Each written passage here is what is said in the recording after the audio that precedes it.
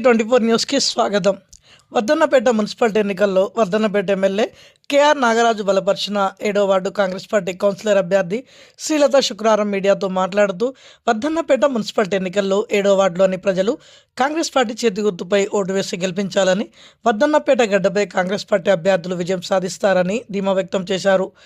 ఈ ఇంటింటి ప్రచార కార్యక్రమంలో ఎమ్మెల్యే కేఆర్ నాగరాజు, కూడా చైర్మన్ ఇన్గాల వెంకటరామిరెడ్డి, జిల్లా అధ్యక్షుడు మహమ్మద్ అయ్యూబ్, యూత్ కాంగ్రెస్ అధ్యక్షుడు KR Dilip Raj, division congress party Devarakonda Anil Kumar, Mettugutta chairman Raghuchander, senior పట్టణ కాంగ్రెస్ నాయకులు, సీనియర్ కాంగ్రెస్ నాయకులు, కాంగ్రెస్ కార్యకర్తలు తదితరులు పాల్గొన్నారు.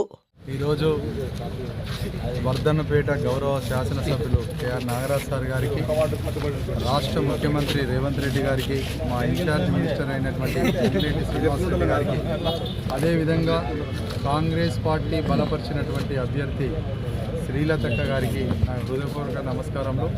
ఈ యొక్క వర్ధన్నపేట మున్సిపాలిటీలో 7వ వార్డుగా నిలబడినటువంటి అభ్యర్థి శ్రీలత గారు అత్యధిక మెజార్టీతోటి గెలవబోతుంది.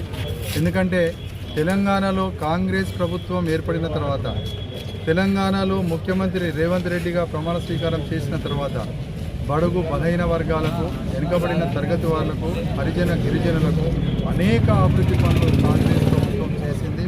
అదేవిధంగా మా గౌరవ శాసనసభ్యులైనటువంటి కేఆర్ నాగరాజు గారు ఇందిరమ్మ ఇండ్లు అయితేనేమి, రేషన్ కార్డులు అయితేనేమి, సన్న బియ్యం అయితేనేమి, అదేవిధంగా రైతు రుణమాఫీ అయితేనేమి, అదేవిధంగా మహిళలకు ఫ్రీ బస్ అనే పథకం అయితేనేమి, అనేక సంక్షేమ అభివృద్ధి కార్యక్రమాలు, పేదలకు ఉపాధి హామీ కలుగజేసినటువంటి కాంగ్రెస్ పార్టీకే మేము ఓటేస్తాము. గత 10 సంవత్సరాలలో బీఆర్ఎస్ ప్రభుత్వం చేయనటువంటి అభివృద్ధిని గౌరవ శాసనసభ్యులైనటువంటి కేఆర్ నాగరాజు గారు ఈ యొక్క వర్ధన్నపేట మున్సిపాలిటీకి సంబంధించిన అన్ని వార్డులలో ఇందిరమ్మ ఇల్లు ఇవ్వడం జరిగింది.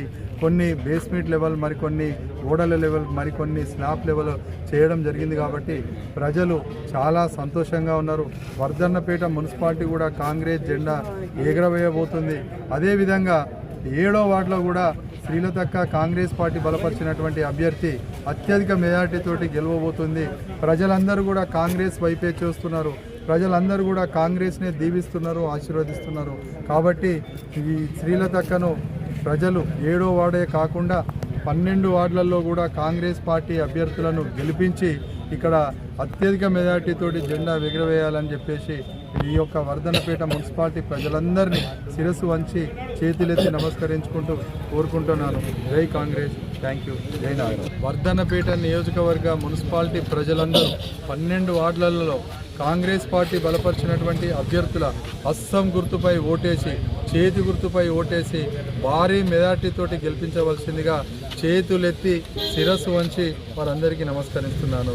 జై కాంగ్రెస్, జై నాగరాజ్. నా పేరు దేవరకొండ అనిల్ కుమార్ గారిని, మాజీ ఎంపీటీసీ, మాజీ సర్పంచ్, మాజీ ward member, present Wardhannapet senior Congress నాయకుడు.